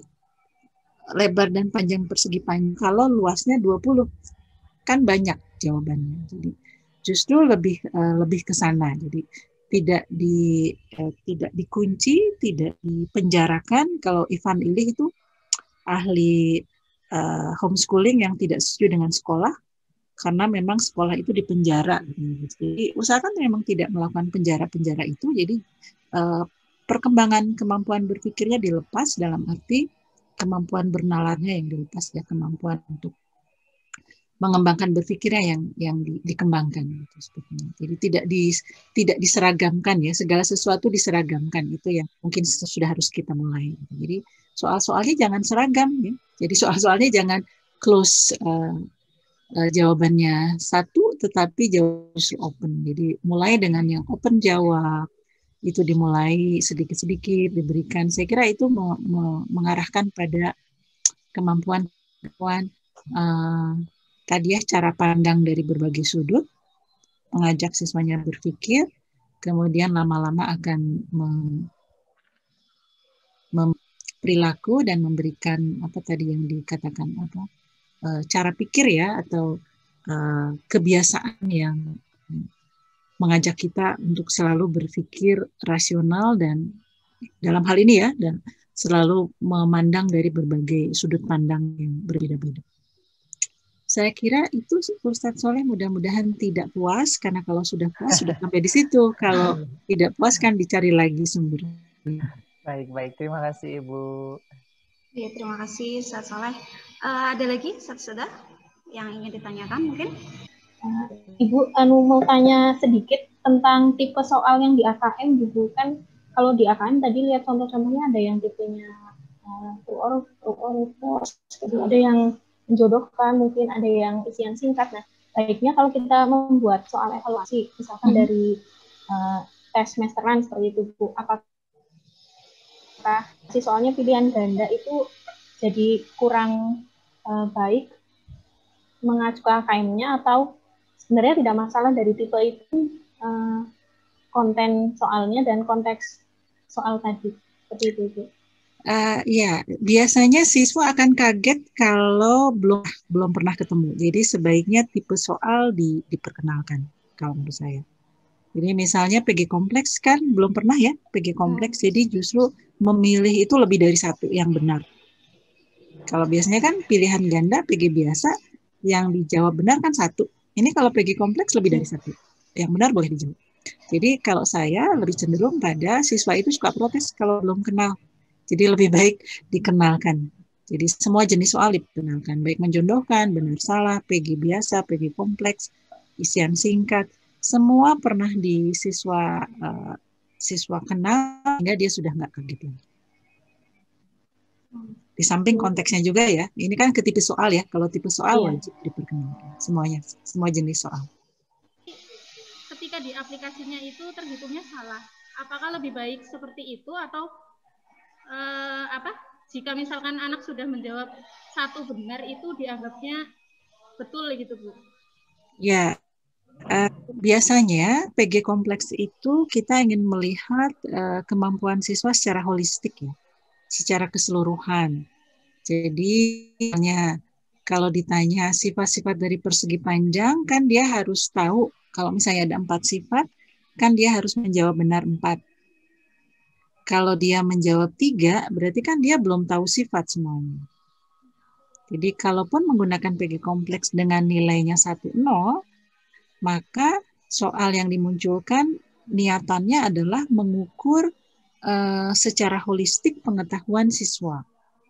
Kalau saya seperti itu. Jadi kemarin diperdebatkan, tapi kalau saya memiliki pendapat kalau memang nilainya 1,0 dan soalnya itu mengukur pengetahuan siswa itu, ya. Jadi kalau katakanlah kalau di agama misalnya kan yang namanya syahadat harus betul semua, ya, Bu, ya. Harus tahu semua, ya. Misalnya gitu kan, harus betul semua kan. Nah, itu kan memang nggak boleh salah kan, gitu. Nah, itu sama dengan gitu. Jadi soalnya dulu yang dirancang, yang ingin diukur adalah bahwa dia harus paham secara utuh. Maka PG kompleks akan disodorkan di sana. Jadi motivasi memunculkan PG kompleks karena kita ingin mengukur bahwa siswa itu tahu semua, tidak tahu secara parsial. Jadi kalau memang dia menjawab 4 masih 1, dia belum tahu secara utuh keseluruhan. Dia masih belum tuntas, dia masih belum tahu pengetahuannya. Nah, terus kalau misalnya mau dinilai 1 atau 0, kalau dipisah diberi 1 dan 0, nilainya 1 dan 0 karena tipe soalnya seperti itu. Jadi secara utuh. Jadi kalau salah, pemahamannya salah, dia akan mengalami kesalahan dalam berpikir gitu. Jadi itu niatan di PG kompleks. Tapi kalau misalnya di PG kompleks ternyata soal yang dipilihkan itu malah macam-macam ya, Ibu ya. Jadi soalnya itu harus menghitung, semuanya menghitung, itu kan kasihan banget. Harusnya PG biasa itu nilainya 1, dia harus menghitung dulu yang opsi A, menghitung yang kedua, menghitung yang ketiga, menghitung yang keempat, menghitung yang kelima gitu ya. Hingga jadi dia akan menjadi 5 soal. Kalau di PG kan, ya itu kalau menurut saya masih belum tepat. Jadi niatannya dulu ya yang mau diukurin. Ya itu saja mungkin ya, Ustazah Aida. Terima kasih. Oke, silakan. Masih 2 lagi nopo Ustaz yang mau ada yang mau tanya? 2 orang lagi, persilakan. Ini sebenarnya ada yang mau tanya, cuma ini susah nopo nggih? Katanya belum bisa. Mungkin kalau sudah tidak ada lagi yang ditanyakan, kita cukupkan sekian sesi webinar kita hari ini. Tadi harapannya nggih Ibu, semoga bisa ada kerjasama lanjutan dari pihak kami, dari SMAID dengan Ibu Rosna atau mungkin dengan pihak UNY terkait pengembangan soal ataupun pelatihan-pelatihan yang notabene-nya bisa mengembangkan kompetensi kami dalam mengajar ataupun dalam pembelajarannya seperti itu. Dan saya sampaikan juga terima kasih banyak Ibu Rosna untuk sharing materi ataupun ilmu yang diberikan kepada kami. Ya, semoga bisa bermanfaat bagi kami dan bisa dari kami juga insya Allah nanti akan bisa terus belajar lagi untuk kedepannya seperti itu terkait dengan AKM, PISA maupun pembelajaran yang lain seperti itu. Mungkin jika tidak ada lagi yang ingin didiskusikan, mari kita tutup sesi webinar kali ini dengan membaca hamdalah bersama-sama. Alhamdulillahirrahmanirrahim. Oke, sekali lagi saya sampaikan terima kasih banyak ya Ibu Rosna untuk kesediaan waktunya untuk bergabung bersama kami. Kurang lebihnya saya mohon maaf, saya tutup. Billahi taufiq wal hidayah. Assalamualaikum warahmatullahi wabarakatuh. Waalaikumsalam warahmatullahi wabarakatuh. Mohon izin live nih Bapak Ibu. Ibu, terima kasih Ibu Rosna. Assalamualaikum. Waalaikumsalam warahmatullahi wabarakatuh.